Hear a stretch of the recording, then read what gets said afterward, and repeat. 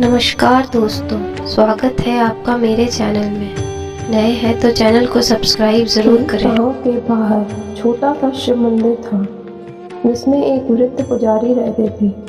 एक दिन एक गरीब माँ अपने नन्हे से बालक को मंदिर के द्वार पर छोड़कर चली गई। बहुत खोजने पर भी पुजारी जी को बालक के परिवार का कुछ भी पता न चला। जब गांव का कोई भी व्यक्ति उस बालक का लालन पालन करने को तैयार न हुआ तो पुजारी जी ने भगवान शिव की इच्छा समझकर उसे अपने पास रख लिया और उसका नाम भोला रख दिया। गांव के श्रद्धालु भक्तों से जो कुछ प्राप्त होता उसी से भगवान शिव का, पुजारी जी का और बालक भोला का किसी तरह गुजारा चलता। यदि किसी दिन कम भी पड़ता तो पुजारी जी बालक और भगवान को भोग लगाकर स्वयं गंगा जल पीकर रह जाते। धीरे धीरे भोला बड़ा होने लगा और अब वह पुजारी जी के कामों में हाथ बटाने लगा। वृद्ध पुजारी जी के थके हारे हाथों को कुछ आराम मिलने लगा, इसलिए उन्होंने भोला को मंदिर की सफाई, भगवान शिव की पूजा, उनको भोग लगाने और उनकी आरती करने की विधि अच्छी प्रकार समझा दी।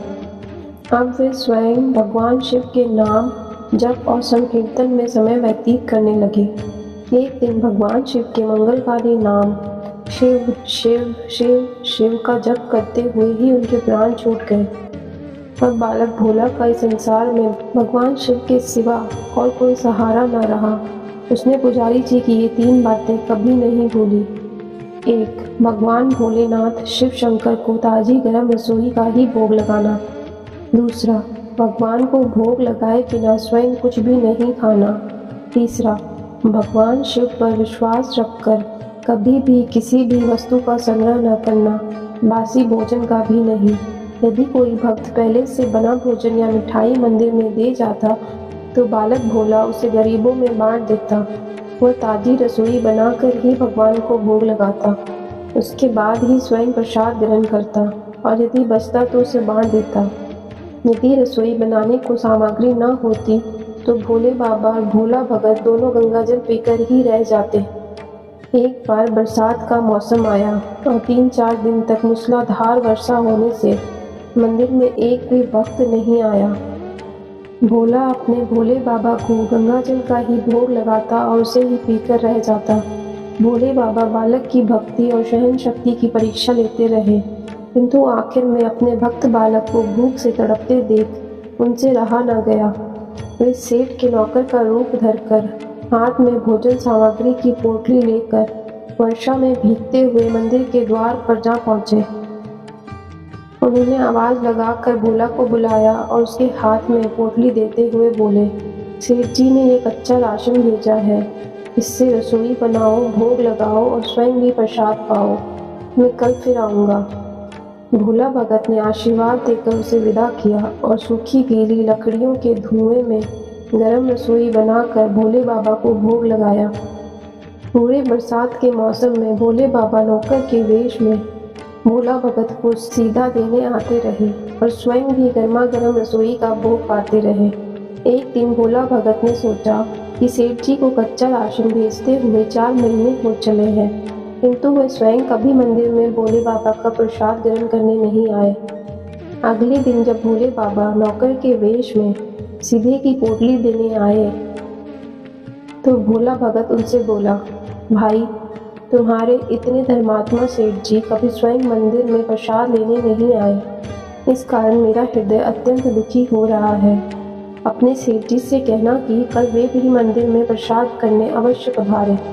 सुनकर नौकर बने भोले बाबा चौंक कर घबरा उठे और बोले, पुजारी जी, सेठ जी मेरे द्वारा आपको कच्चा राशन भेजते हैं, आप इससे भगवान को भी भोग लगा लेते हैं और स्वयं भी प्रसाद पाते हैं, फिर सेठ जी को बीच में बुलाने की क्या जरूरत है, जैसा चल रहा है वैसे ही चलने दीजिए ना। भोला बोला, ऐसे कैसे चलने दूँ, आपके धर्मात्मा सेठ जी इतने दिनों से कच्चा राशन भेज रहे हैं, क्या मैं उन्हें भगवान का प्रसाद देने का अपना कर्तव्य भी पूरा ना करूं? मैं किसी का उधार खाने वाला नहीं हूँ। अपने सेठ जी से कह देना कि यदि कल भोले बाबा का प्रसाद ग्रहण करने ना पधारे तो मैं उनका कच्चा राशन लेना बंद कर दूंगा। नौकर बने भोले बाबा तो अपने भोले भगत की अकड़ देखकर कांप उठे और ये सोचकर मन ही मन हंसे कि वाह, आज तो लेने वाला ही देने वाले पर धौंस दिखा रहा है। लेकिन सरल हृदय के मनोभाव पर रीझ कर वे बोले, ठीक है पुजारी जी, कल सेठ जी मंदिर में प्रसाद ग्रहण करने जरूर पधारेंगे। दूसरे दिन बड़े सवेरे ही भोले बाबा नौकर के वेश में दूध और बहुत सारी भोजन सामग्री लेकर मंदिर पहुंच गए। भोला चौंकते हुए बोला, भाई आज इतना सारा सीधा किस लिए ले आए? नौकर बने भोले बाबा बोले, पुजारी जी भूल गए क्या, आज अपने सेठ जी को प्रसाद के लिए बुलाया है, इसीलिए आप छप कर रसोई बनाइए और भोले बाबा को भोग लगाइए। हाँ, यह तो बता दीजिए कि सेठ जी किस समय पधारे। भोला ने प्रसन्न होकर उन्हें सेठ जी के आने का समय बता दिया। अब भोला भगत की इच्छा पूर्ण करने के लिए भोले बाबा कैलाश पर सेठ का रूप धारण करने लगे। इधर अपने स्वामी को एक प्यारे भगत के यहाँ जाने का समाचार सुनकर ममतामयी अन्नपूर्णा माँ पार्वती भी भला कैसे पीछे रहती। वे भी पति की आज्ञा लेकर सेठानी का रूप धारण करने में जुट गई। भोले बाबा ने अपने गले से मुंडों की माला उतार दी, शरीर पर लगी भस्म, कमर पर पहना हुआ बागंबर और बाहों और कानों में पहने सांपों के हार भी उतार कर रख दिए। उन्होंने एक मखमल का सुंदर कुर्ता धारण कर लिया, अपनी जटाएं सीधी कर गंगा और चंद्रमा को उसमें छिपा लिया और ऊपर से एक सुंदर रंग बिरंगी पगड़ी पहन ली। सदैव नंगे पैर विचरण करने वाले शिवजी ने आज अपने पैरों में रेशमी जूतियां धारण कर ली। हाथ का त्रिशूल और डमरू भोले बाबा ने नंदी के हाथ में थमा दिया और अपने हाथ में एक सुंदर छड़ी लेकर पार्वती जी के तैयार होने की प्रतीक्षा करते हुए कैलाश पर चलनकदमी करने लगे। इधर पार्वती जी घंटों से तैयार होने में जुटी हुई थी। उन्होंने आज अपने पतिदेव के नगर में बनी सुंदर बनारसी साड़ी निकाल कर पहनी, जिसका रंग सेठ बने शिवजी के कुर्ते से मैच कर रहा था। उन्होंने सोने चांदी हीरे के जगमगाते हुए आभूषण धारण कर लिए, बगल में सुंदर सा पर्स ले लिया और भोले बाबा के बार बार आवाज लगाने के बाद श्रृंगार कक्ष से बाहर निकल कर आई। जब पार्वती जी और शिवजी ने एक दूसरे को सेठ सेठानी के वेश में देखा तो वे चकित होकर एक दूसरे को निहारते ही रह गए। दोनों एक दूसरे को देख देख कर निहार हुए जा रहे थे। इससे पहले उन्होंने कभी एक दूसरे का ऐसा सुंदर रूप देखा ही नहीं था।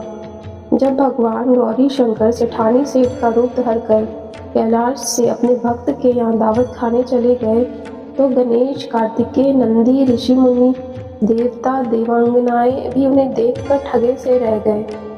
सेठ बने शिवजी अपने हाथ में ली हुई छड़ी को अदा से घुमाते हुए पृथ्वी पर टेकते हुए चल रहे थे और उनके पीछे पीछे बगल में पर्स लिए अपनी जूती से टक टक और पायलों की छन छन की मधुर आवाज करती हुई माँ पार्वती सेठानी बनी हुई चल रही थी। इधर भोला भगत आज सुबह से ही सेठ जी के स्वागत में भांति भांति के पकवान बनाने में जुटा हुआ था। अपने भोले बाबा का भोग तो वो चलते फिरते ही बना लेता था, किंतु आज उसे कई महीने से भगवान को भोग लगाने के लिए कच्चा राशन भेजने वाले सेठ जी को भगवत प्रसाद देना था। अतः आज उसने अपनी सारी पाक कला झोंक डाली थी। उसने सेठ जी द्वारा भेजे हुए चावल धोकर खीर बनाई, उसे धीमी आंच पर पकाकर गाढ़ा किया और उसमें सेठ जी के द्वारा भेजे हुए पिस्ते, बादाम, केसर, चिलगोजे, किशमिश डाले। मिर्च और अदरक को कूटकर उसे बाजरा, बेसन और गेहूं के आटे में भरकर मोटे मोटे मिस्से टिक्कर बनाए। रसोई बनाकर भोला भगत पुनः स्नान करने चला गया ताकि स्वच्छ वस्त्र पहनकर भोले बाबा को भोग लगा सके और सेठ जी को उनका प्रसाद दे सके। जब भोला भगत स्नान करके लौटा तो देखा सेठ जी प्रसाद ग्रहण करने के लिए स्वयं तो आए ही हैं, संग में अपनी सेठानी जी को भी ले आए हैं। भोला ने झट दोनों से राम राम की, उन्हें आसन देकर बिठाया और बोला, मैं अभी भगवान को भोग लगाकर आता हूँ, फिर आपको प्रसाद परोसूंगा। भावना के भूखे भोले बाबा से भूख सहन नहीं हो पा रही थी, इसीलिए वे बोले, पुजारी जी भगवान को जल्दी से भोग लगाइए, मुझसे भूख सहन नहीं होती। भोला भगत बोला, सेठ जी भूख तो मुझे भी बड़े जोर से लग रही है, किंतु मैं अपनी भूख के कारण भगवान को भोग लगाना नहीं भूलता। यदि दुनिया के सारे लोग इसी तरह अपनी भूख के लिए भगवान को भोग लगाना भूल जाए तो भगवान तो भूखे मर जाएंगे। सेठ जी बने भोले बाबा एक पत्तल उठाते हुए बोले, पुजारी जी आप भोग लगाइए, इधर मैं पत्तल परोस लेता हूँ, मुझसे भूख सहन नहीं हो पा रही है। भोला भगत सेठ जी बने भोले बाबा को डांटते हुए बोला, सेठ जी भगवान के काम में ना तो जल्दबाजी चलती है और ना कंजूसी। मैं जब तक भगवान को भोग नहीं लगा लेता आप रसोई के पास भी नहीं फटक सकते। चुपचाप इधर बैठ जाइए और ओम नमः शिवाय जपते रहिए। मैं अभी आता हूँ और आपको पेट भर भोजन कराता हूँ। पेट भरे शिवजी डांट खाकर चुपचाप अपने आसन पर जा बैठे। सेठानी बनी पार्वती जी उनकी ये दशा देख बड़ी मुश्किल से अपनी हंसी रोक पाई, लेकिन जैसे ही भोला भगत पत्तल में सामग्री लेकर भगवान को भोग लगाने मंदिर में गया, शिवजी पार्वती जी को मौन रहने का संकेत करते हुए चुपके चुपके पैर रखते हुए रसोई में पहुंच गए और उन्होंने एक एक व्यंजन उठाकर चखना शुरू कर दिया। भोले बाबा तो प्रसाद को चखते ही भुचक्के रह गए। खीर में चीनी की जगह नमक भरा हुआ था और सब्जियों में चीनी भरी हुई थी। जैसे ही भोले बाबा ने रोटी का एक टुकड़ा तोड़कर मुंह में दिया, वे सी सी करने लगे क्योंकि रोटी में मिर्च ही मिर्च भरी थी। वे सी सी करते हुए उल्टे पैर भाग आए और अपने आसन पर जा बैठे। माँ पार्वती अपने स्वामी की ये हालत देखकर खिलखिलाकर हंस पड़ी। इससे पहले कि भोले बाबा पार्वती जी के सामने कुछ सफाई दे पाते, भोला भगत ओम नमः शिवाय मंत्र का जाप करते हुए आ गया। उसने भोग को रसोई में मिलाकर उसे पवित्र बना डाला और फिर सेठ जी के सामने पत्तल परोस कर हाथ जोड़कर बोला, सेठ जी अब आप जी भरकर प्रसाद पाइए। भोला बाबा तो अभी तक भक्त की भक्ति से भी जोरदार उसके हाथ की बनी हुई रसोई चख चुके थे, अतः उन्हें गर्म करने की बात सुनकर उनके पसीने छूटने लगे। कभी वह भोला का तो कभी पार्वती का मुख देखने लगते। भोला को सेठ जी की ढील बर्दाश्त नहीं हुई और बोला, सेठ जी अब क्या हो गया आपको? अभी अभी तो इतनी उतावली मचा रहे थे, अब क्यों नहीं गर्म करते? आप गर्म करो, तभी तो माता जी भी प्रसाद ग्रहण करेंगी और फिर मैं भी प्रसाद पाऊंगा। भोला की ललकार सुनकर भोले बाबा ने चुपचाप खीर का कुल्हड़ उठाया और सारी नमकीन खीर गटागट पी गए। कुल्हड़ खाली होने की देर थी कि भोला ने उसे झट से भर दिया। अपने प्रिय भक्त के हाथों पर उसे हुए भोग में भगवान को आज दुगुना स्वाद आने लगा। भोला परोसता गया और भोले बाबा पीते गए। जगन माता पार्वती भक्त और भगवान दोनों के प्रेम को देख देख कर मंत्रमुग्ध होती रही। जब सारी रसोई समाप्त हो गई तो भगवान ने एक जोर की डकार ली। भोला को होश आया और बोला, वाह सेठ जी वाह, मैं ही बावला था जो इतनी थोड़ी सी रसोई बनाई। मुझे पता होता कि आपको प्रसाद ग्रहण करने का इतना शौक है तो और भी ज़्यादा रसोई बनाता।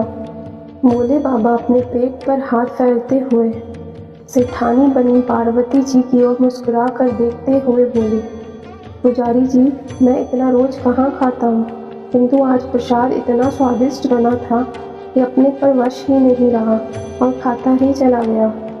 किंतु तभी भोला भक्त रुआंसा होकर बोला, सेठ जी वो तो आपने ठीक किया, लेकिन माता जी तो भूखी ही रह गई।